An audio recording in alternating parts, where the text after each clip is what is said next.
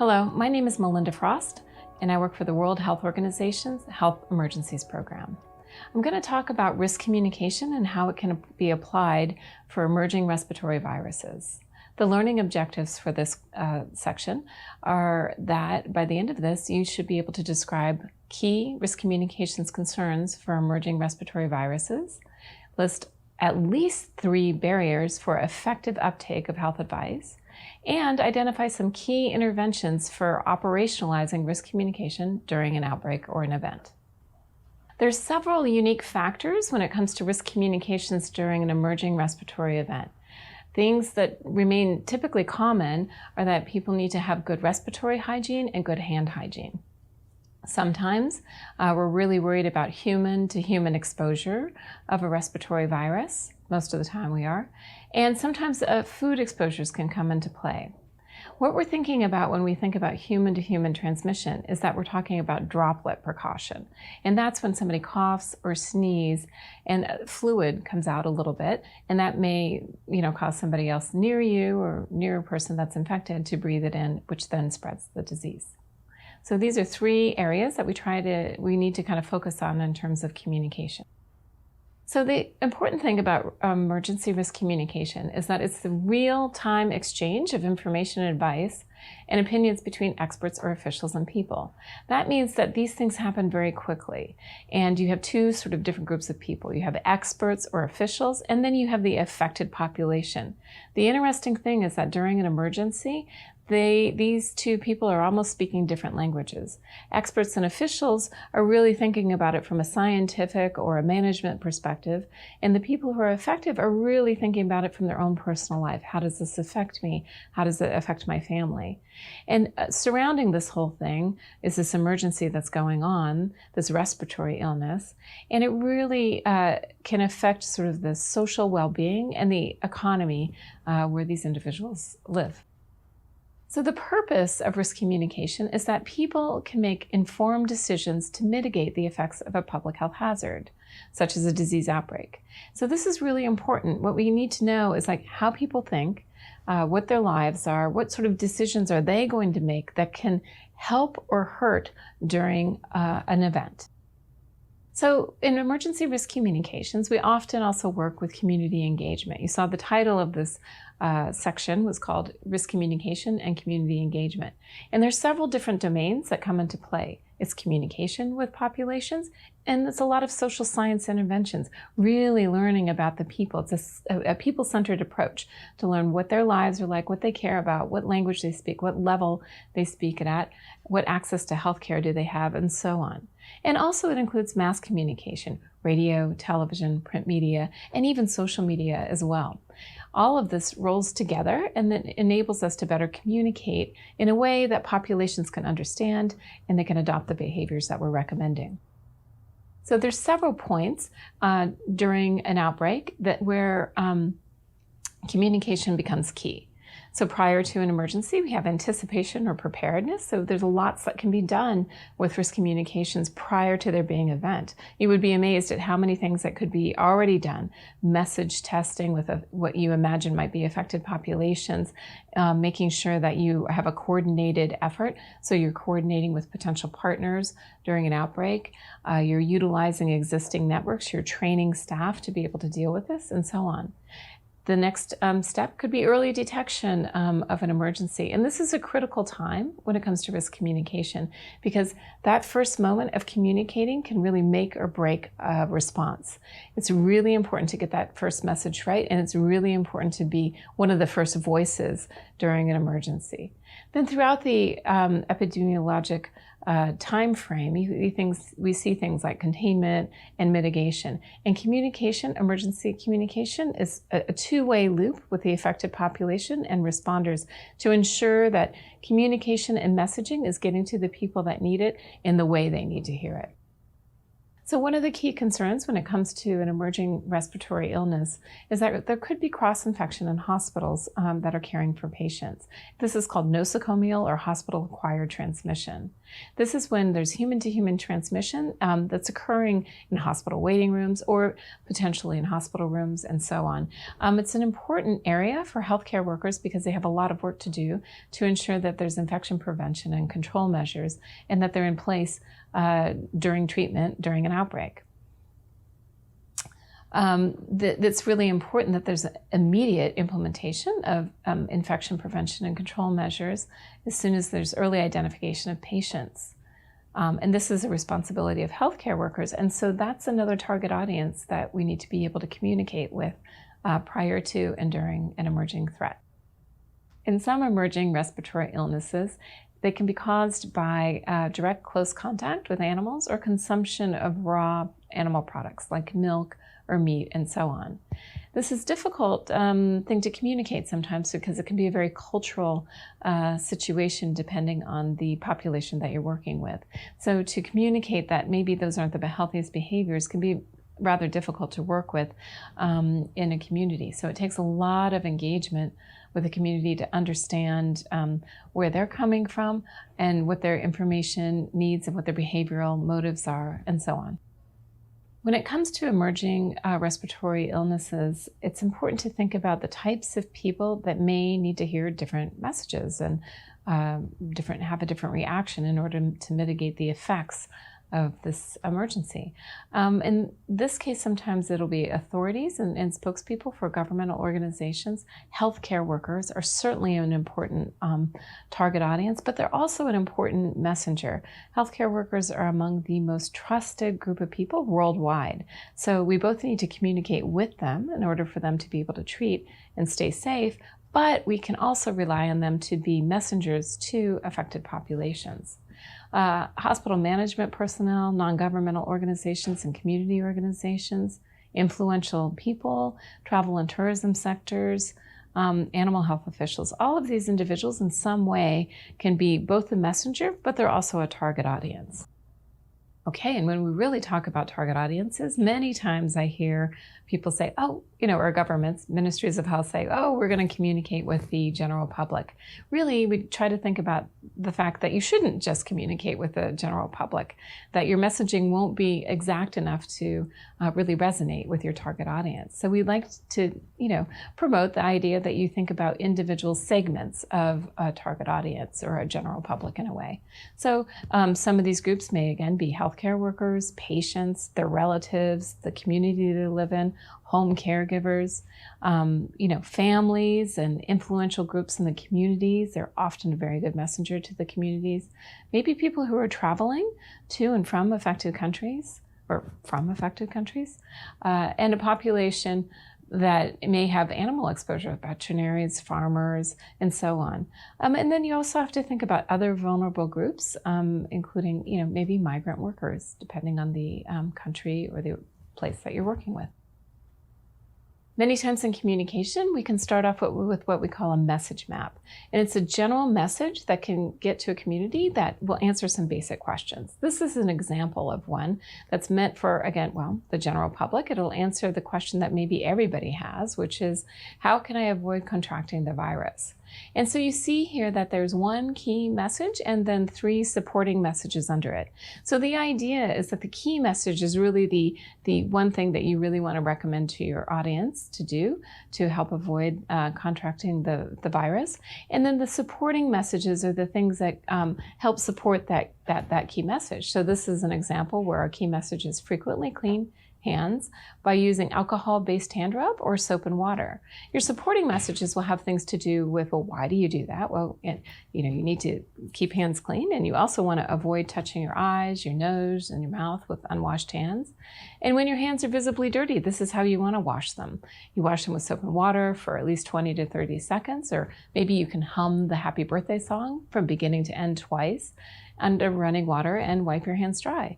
And then the third message may be, when hands are not visibly dirty, go ahead and use an alcohol-based hand rub for 20 seconds or wash your hands with soap and water. So these are the types of things that help support or give more information to the key message. Here's another key message that we may use during an emerging respiratory outbreak. This one has to do with cough etiquette. So when coughing and sneezing, cover your mouth and your nose with a flexed elbow or a tissue. Throw the tissue away immediately and then wash your hands. And then you can see below there are some supporting messages that give you just a bit more information, or your audience a bit more information on how you can go about doing that safely. And you can see there's information on, if you don't have a tissue, cough or sneeze in your upper sleeve or your flexed elbow, and then wash your hands immediately after throwing the tissue away. And then you can use an alcohol-based hand rub or soap and water to clean your hands. And then, again, the idea that there could be small droplets that come out of your nose or mouth when you cough or sneeze and can carry germs. So that's just answering the why are we doing all of this? Why is it helping to protect your health? And another example, if you have a fever, cough, and difficulty breathing, seek medical care early and share previous travel history with your care provider. So this is important for audiences to know. And then you have some supporting messages underneath that give you some answers when the public, the media, or whoever asks you, well, why are you recommending that? You want to, provide travel histories in the places you visited, because that may have something to do with where you got the disease from. And then, to inform that you may have had close contact with somebody who was also sick and could have a confirmed infection, which may lead medical providers to better understand that you too might be infected with this respiratory illness.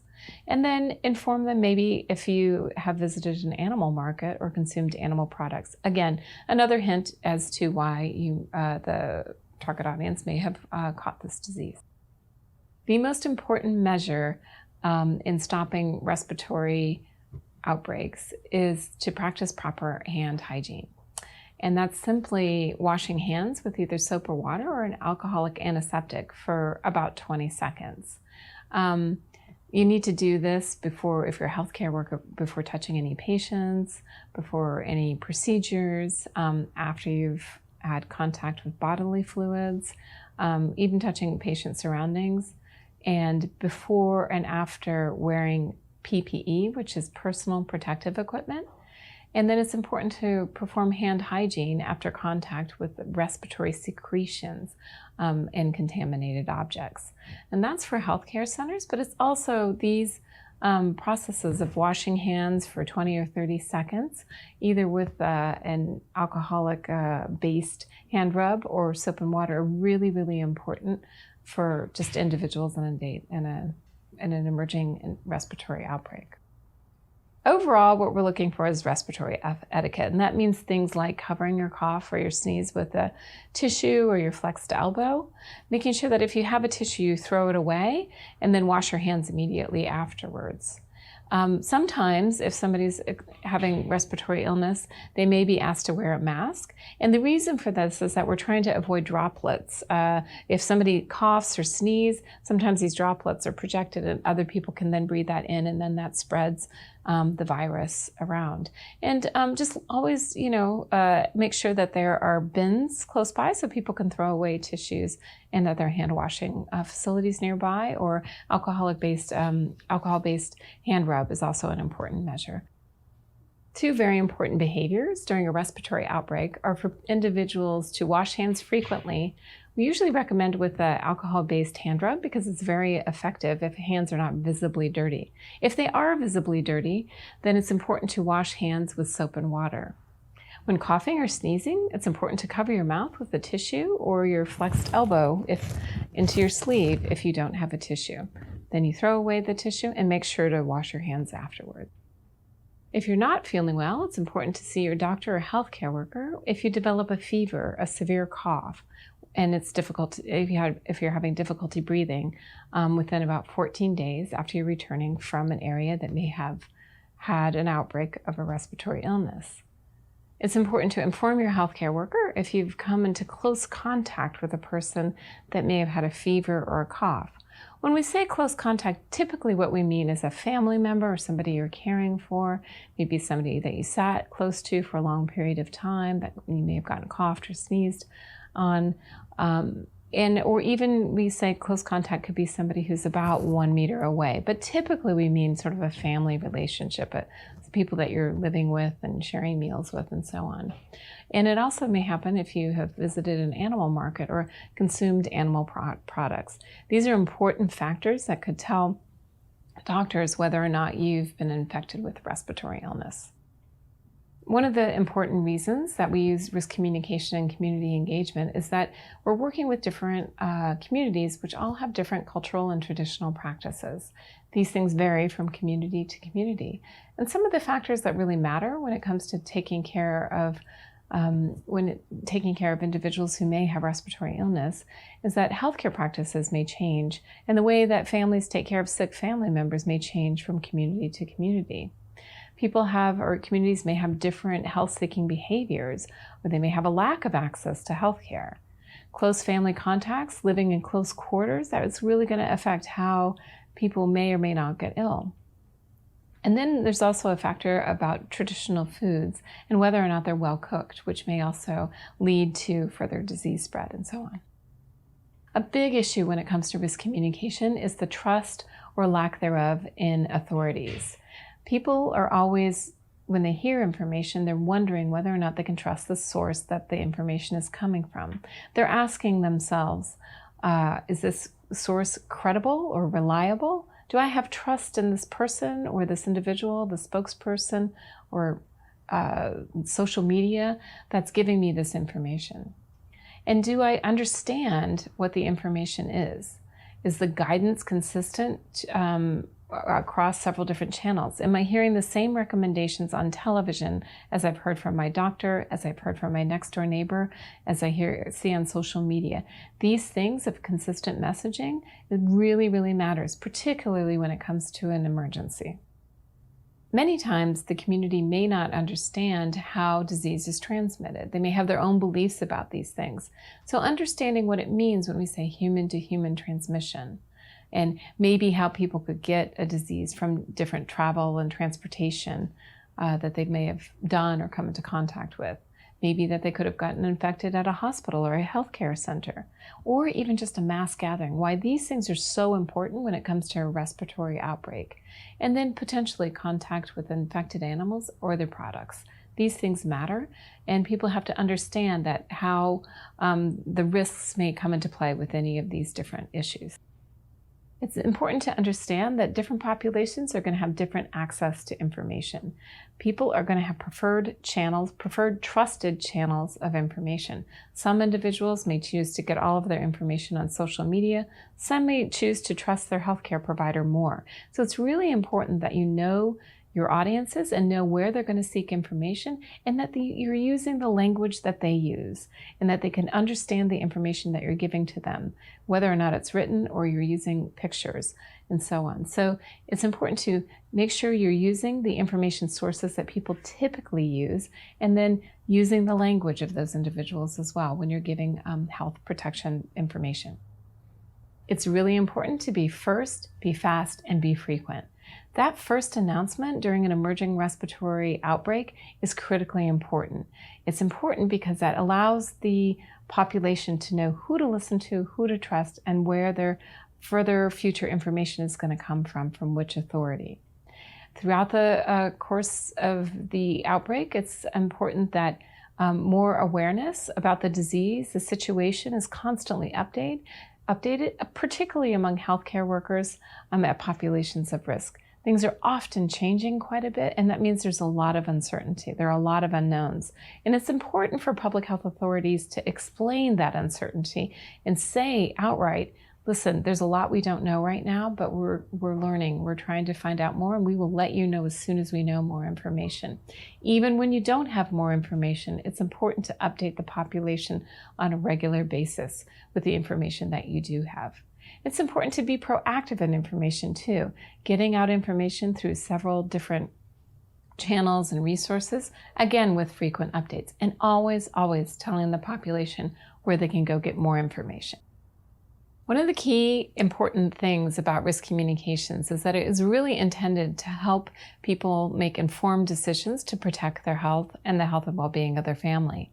So this can happen through a couple of different approaches. What we try to do with risk communications is use a mix of tactics and approaches. So it's not just mass media communication. It's not just social media. It's not just spokespeople or leaflets or pamphlets or posters.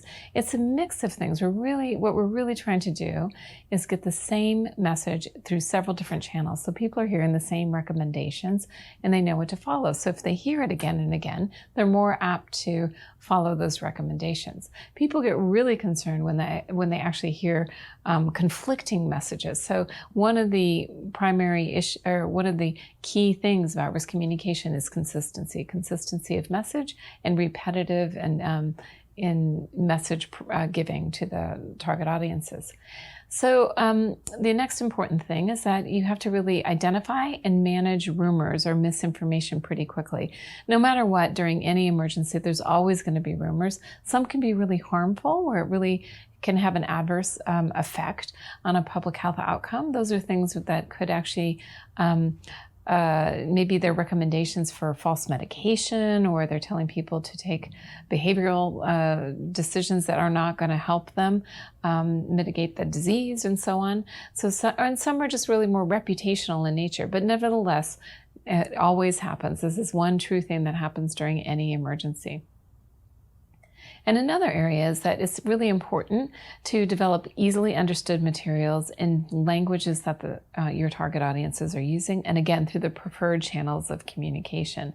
Another really important thing is that when you're developing information and messages and material, it's really important to actually test those with the target audience and make sure that your intent, what you're intending to convey, that the target audience can actually act upon that. An important thing to do is just have them look at members of the target audience, look at the piece of information or read it or hear it, and then ask them what they would do following exposure to this message. And if it's what you intended, then I think you're headed in the right direction. But it's important to look at terminology, make sure they understand that, and then can follow through on the action, that there are no barriers in place.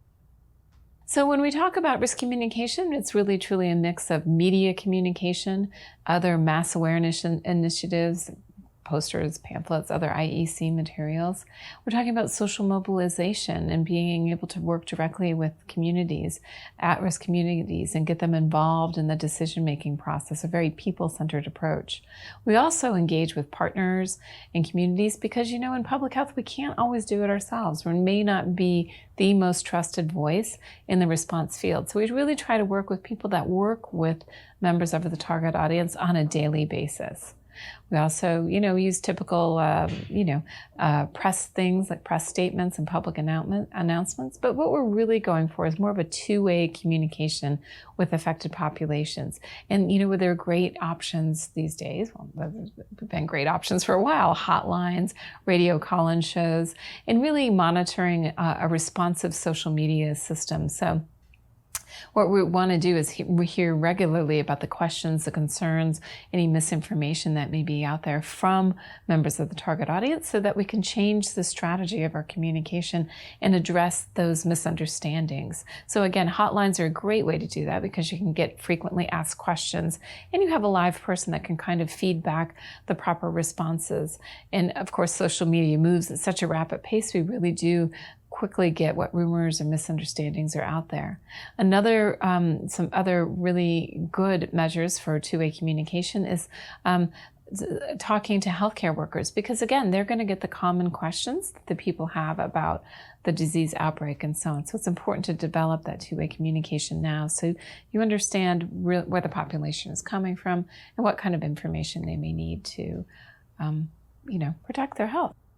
It's important that risk communication is part of the health operations in the incident management system. It's important that risk communicators are sitting side by side with the other responders and epidemiologists that are talking about the disease. And so you hear more as a risk communicator about what the threats are, what the behaviors are like, and really understanding how we can better communicate about the particular disease, or in this case, a respiratory illness. It's important to develop a risk communication plan that has clear objectives and outcomes, and that really help define the resources that are required in order to carry through the risk communications plan to reach your target. It's important to have the staff, the tools, and the money to make sure that you can follow through on your risk communications plan to achieve your objectives. One of the other key things is communication coordination with different responders.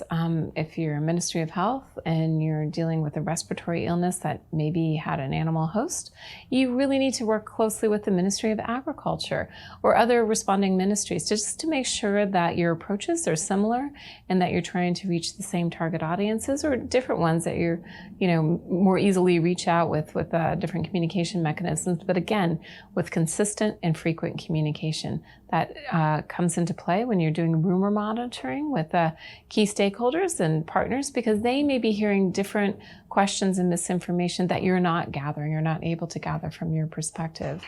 And it's critically important to have a fast-track mechanism where you can send out information really, really quickly. This isn't always so easy when there are a lot of unknowns, and it's not easy when you work in a technical organization where you're backed by scientific knowledge, and the scientists you're working with want to make sure they get the information right. That's really important, but it's also really important to get that information out quickly.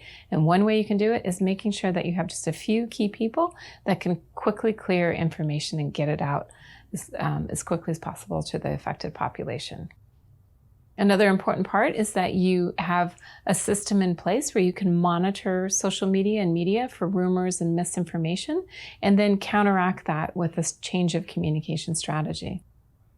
Well, thank you. That's the end of this module. If you have any questions, feel free to send those to one of the email addresses listed on the screen here. And if you have more interest in coronaviruses, please feel free to visit the link also on the screen.